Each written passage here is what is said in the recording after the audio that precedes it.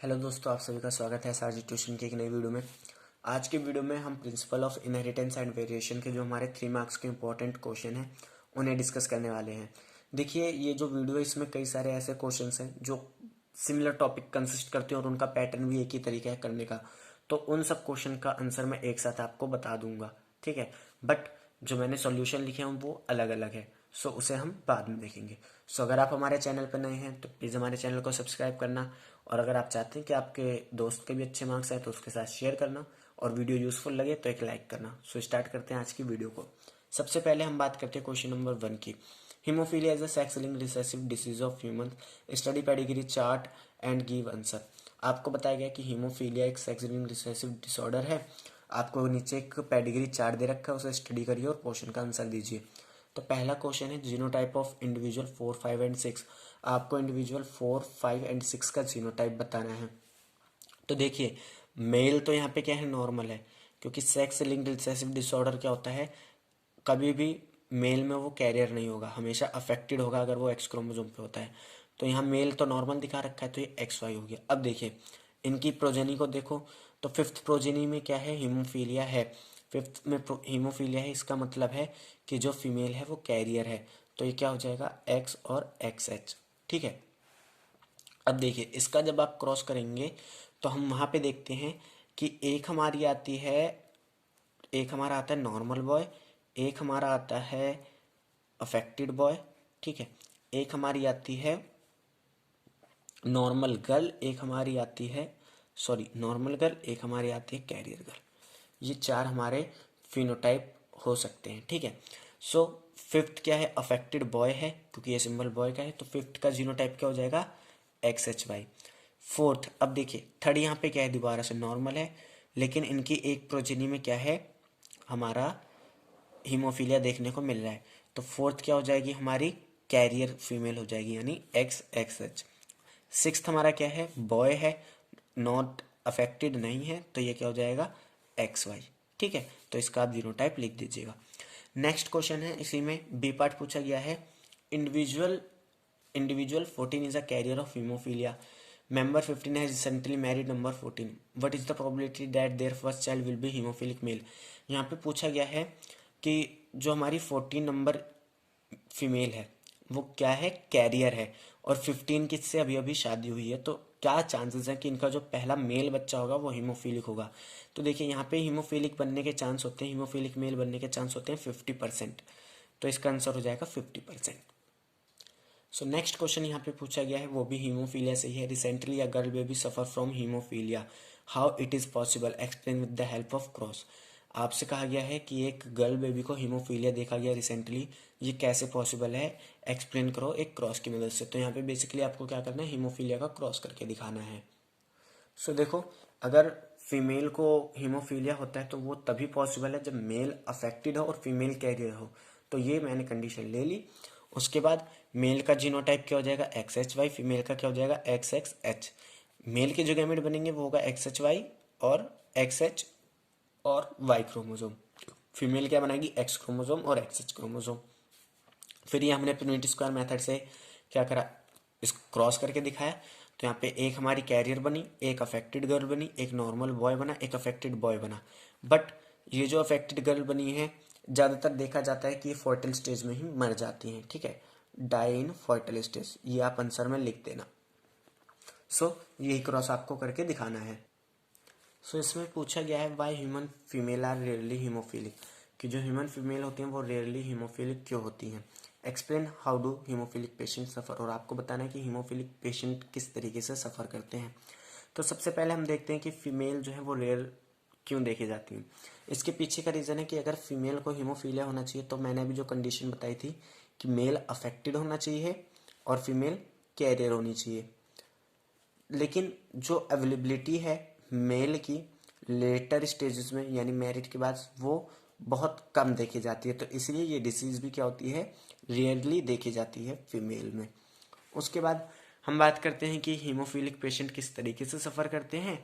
तो आप एनसीईआरटी की लाइनें लिख दो कि हीमोफिलिक पेशेंट को अगर स्मॉल कट लगता है तो वहाँ से कंटिन्यूस ब्लीडिंग होने लगती है, क्योंकि जो जीन जो कोड करता है प्रोटीन्स के लिए, जो ब्लड कोटिंग के लिए रिस्पॉन्सिबल होती हैं, वो अब्सेंट रहती हैं।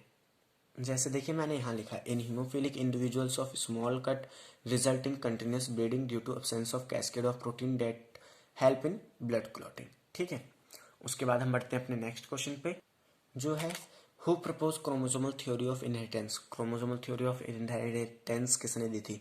Sutton and Boveri. उसके बाद है point out any two similarity in behaviour of chromosome and gene. आपको क्रोमोसोम एंड जीन के बिहेवियर में कोई दो सिमिलैरिटीज बतानी है। तो जो क्रोमोसोम है और जो जीन है, दोनों पेयर में ओशर होते हैं, दोनों सेग्रीगेट करते हैं गैमेट फॉर्मेशन के दौरान पे, और जब गैमेट का फ्यूजन होता है तो क्रोमोसोम अपना डिप्लॉयड नंबर गेन कर लेते हैं, और जो एलीज हैं वो भी पेयर में आ जाती हैं। तो इन तीनों में से कोई सी भी आप दो सिमिलैरिटीज लिख देना। इसके बाद हम बढ़ते हैं नेक्स्ट क्वेश्चन पे, in one family each of 4 children has a different blood group, explain with the help of cross. एक फैमिली में जो 4 बच्चे हुए, चारों का अलग अलग ब्लड ग्रुप हुआ, एक्सप्लेन करो एक क्रॉस की मदद से। सो क्रॉस आप करके दिखाओगे तो इसमें देखिए क्या होता है कि अगर चारों बच्चों का अलग अलग ब्लड ग्रुप है तो ये पॉसिबल तभी है जब जो मेल, या हम कहें जो एक पेरेंट का जीनोटाइप होगा वो होगा IA स्मॉल i, और सेकंड पेरेंट का होगा IB स्मॉल i। ठीक है, चाहे ये मेल का हो, चाहे फीमेल का हो, चाहे मेल का हो, चाहे फीमेल का हो, उससे हमें मतलब नहीं है, बस ये कंडीशन होनी चाहिए। तो जब ये कंडीशन होगी तभी हमारा चारों बच्चों का अलग अलग ब्लड ग्रुप देखने को हमें मिलेगा। देखिए जैसे मैंने यहाँ पे लिखा है, consider male has blood group A with genotype IAI and female has blood group B with genotype IBI। ये चीज़ आप लिख देना। ठीक है, आपके जो एग्जामिनर होगा उस पर अच्छा इम्पैक्ट पड़ेगा। तो पेरेंट एक हमने दिखा दिया, सेकंड भी हमने दिखा दिया, इसके जो गैमेट बनेंगे ये हैं, इसके गैमेट बनेंगे ये हैं। प्रिंट स्क्वायर मेथड से हमने क्रॉस भी दिखा दिया। अब देखिए जो इंडिविजुअल है जिसका जीनोटाइप IAI भी है वो AB ब्लड ग्रुप बनाएगा, जिसका IA स्मॉल i है वो A ब्लड ग्रुप बनाएगा, जिसका IB स्मॉल i है वो B ब्लड ग्रुप बनाएगा, जिसका स्मॉल i है वो O ब्लड ग्रुप बनाएगा। तो यहाँ पे चांसेस हैं कि चारों बच्चों के अलग अलग ब्लड ग्रुप हो सकते हैं। सो अब हम नेक्स्ट क्वेश्चन पे बढ़ते हैं, जो ABO ब्लड ग्रुप से ही है। Inheritance pattern of ABO blood group in human show dominance, codominance and multiple allelism, explain each. तो इसे एक्सप्लेन करना है आपको। सो इस तरीके से आपको एक्सप्लेन करना है। मैंने यहाँ पे वो पूरा आंसर लिख दिया है। ठीक है, आपको इसी तरीके से ये लिखना है। सबसे पहले हम मल्टीपल एलिलिज्म एक्सप्लेन करते हैं कि होता क्या है। If a gene consist more than 2 एलीली, अगर एक जीन की 2 से ज़्यादा एलीली है तो इस फिनोमिना को हम मल्टीपल एलिलिज्म कहते हैं। एग्जाम्पल दे दोगे कि जो आई जीन है उसकी 3 एलीली होती हैं, IA IB I। ठीक है, उसके बाद हमारा आता है डोमिनेंस।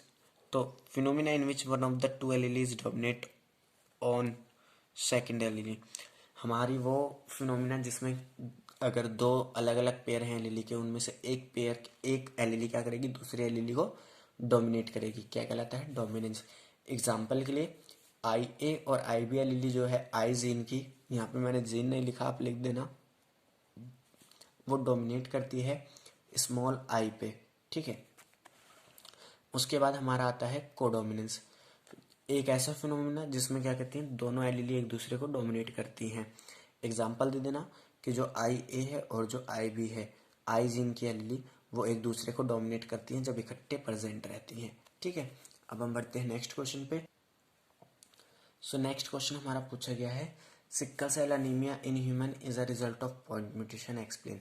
आपको एक्सप्लेन करना है कि किस तरीके से सिक्कल सेल अनीमिया जो है ह्यूमन में वो पॉइंट म्यूटेशन की वजह से आती है। बी क्वेश्चन पूछा गया, write genotype of both parent who produce sickle cell anaemic offspring. Means आपको जीनोटाइप बताना है पेरेंट्स का जो क्या करेंगे, एक सिक्कल सेल अनीमिक ऑफस्प्रिंग को प्रोड्यूस करेंगे। सो देखिए सिक्कल सेल अनीमिया, जैसे हमें पता है कि जब बीटा ग्लोबिन चेन जो होती है हीमोग्लोबिन की, उसमें जब 6th पोजीशन पे ग्लूटामिक एसिड रिप्लेस हो जाता है वैलिनिन के द्वारा, तो हमारा सिक्कल सेल अनीमिया कॉज होता है। और ये चीज़ होती है म्यूटेशन की वजह से GUG में। जब GUG में म्यूटेशन आती है और वो कन्वर्ट हो जाता है यहाँ पे ये GAG से GUG में कन्वर्ट हो जाएगा। यहाँ पे मैंने उल्टा लिख दिया था, इसे आप माफ़ करना मुझे। ठीक है, तो क्या होता है कि GAG में म्यूटेशन आती है और वो GUG में कन्वर्ट हो जाता है जिसकी वजह से ग्लूटामिक एसिड की जगह पे वैलिन का फॉर्मेशन हो जाता है। सो ये चीज़ होती है किसकी वजह से, म्यूटेशन की वजह से, तो इसे आप लिख देंगे। अब देखिए हमेशा जो हेट्रोजाइगस होंगे, जो हेट्रोजाइगस इंडिविजुअल होंगे वही क्या करेंगे, सिकल सेल अनीमिक ऑफस्प्रिंग का प्रोडक्शन करेंगे। ये चीज़ एनसीईआरटी में क्लियरली दी गई है। अगर आप एनसीईआरटी लाइन बाय लाइन पढ़ेंगे आपको इसका आंसर मिल जाएगा। अब हम बढ़ते हैं नेक्स्ट क्वेश्चन की तरफ। सो नेक्स्ट हमारा क्वेश्चन है explain the sex mechanism in insect like Drosophila and grasshopper. आपको बताना है कि ड्रोसोफिला और ग्रासोफर में किस तरीके से सेक्स डिटर्मिनेशन होता है। सो सबसे पहले हम देखते हैं ड्रोसोफिला में किस तरीके से सेक्स डिटर्मिनेशन होता है। सो देखिए ड्रोसोफिला में क्या होता है, जो फीमेल होती है उसके पास जो सेक्स क्रोमोसोम होते हैं वो होते हैं XX, और जो मेल होता है उसके पास जो सेक्स क्रोमोसोम होता है वो होता है XY। ये मैं लिख रहा हूँ ड्रोसोफिला के लिए, ठीक है। तो इसकी गैमेट बनेगा X, इसका गैमेट बनेगा X और Y। तो अगर X X के साथ फ्यूज़ करता है तो हमारी क्या बनेगी, फीमेल, ठीक है। और अगर X Y के साथ फ्यूज़ करता है तो हमारा क्या बनेगा, मेल। यही सेक्स डिटर्मिनेशन है ड्रोसोफिला में। और ये जो सेक्स डिटर्मिनेशन है ये मेल की वजह से हो रहा है, क्योंकि मेल यहाँ पे 2 तरीके के गैमेट प्रोड्यूस कर रहा है। तो ये क्या है, मेल हेट्रोगैमेटी, मेल हेटेरोगैमेटी, ठीक है। उसके बाद हम आते हैं ग्रासोफर पे। ग्रासोफर देखिए ग्रासोफर में क्या होता है, जो फीमेल होती है वो तो अपने क्रोमोसोम बनाती है XX, बट जो मेल होता है वो एक ही तरीके के गैमेट बनाता है जो होता है X, ठीक है। मीन्स जो 50% स्पर्म होता है उसमें X क्रोमोसोम होता है और 50% स्पर्म में कोई भी क्रोमोसोम नहीं होता, सिर्फ ऑटोसोम होते हैं। तो इस चीज़ को हम डेजिग्नेट करते हैं O से, ठीक है। तो यहाँ पे गैमेट क्या बनेगा, फीमेल का गैमेट बनेगा X, मेल का क्या बनेगा X, और 50% में क्या होगा, कुछ भी नहीं, नील बटे सन्नाटा यानी O। तो X X से जब फ्यूज करेगा तो क्या बनेगी, फीमेल बनेगी। और जब हमारा X किसके साथ फ्यूज करेगा, ऐसे गैमेट के साथ जिसमें कोई भी सेक्स क्रोमोसोम नहीं है, तो हमारा क्या बनेगा, मेल बनेगा, ठीक है। तो ये भी एक तरीके से क्या है, मेल हेट्रोगैमेटी। क्यों, क्योंकि 50% में X क्रोमोसोम है, 50% में कोई क्रोमोसोम नहीं है। तो यहाँ पे 2 तरीके के गैमेट बन रहे हैं, ठीक है। तो ये चीज़ याद रखना, ग्रासोफर में एक्सो टाइप और ड्रोसोफिला में XY type. So next question हमारा है a colour blind child is born to a normal couple, work out cross to show how it is possible.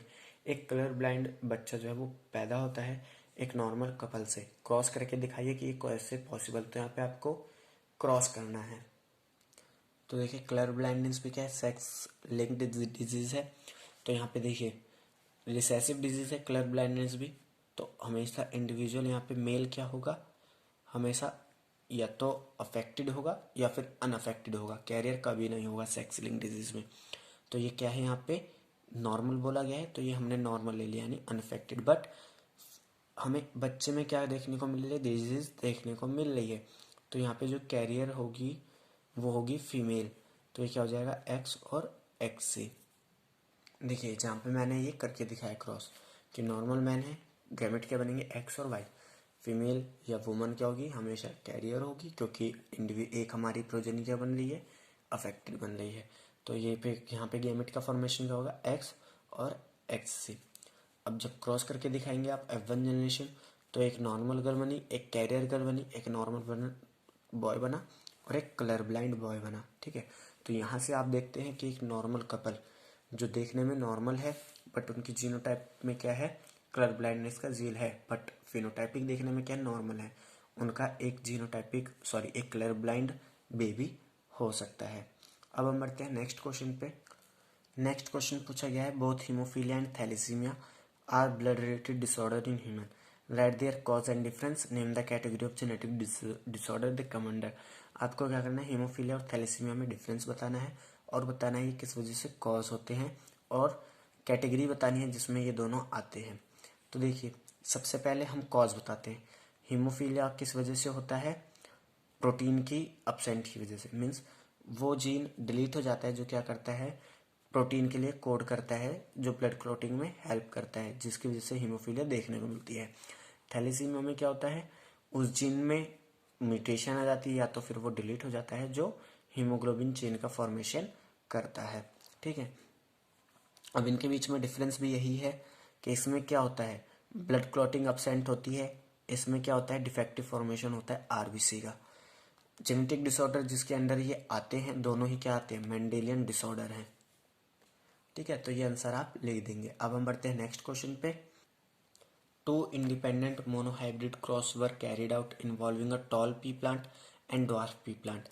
In first cross, offspring had equal number of tall and dwarf pea plant, wherein second cross it was different. Work out cross and explain.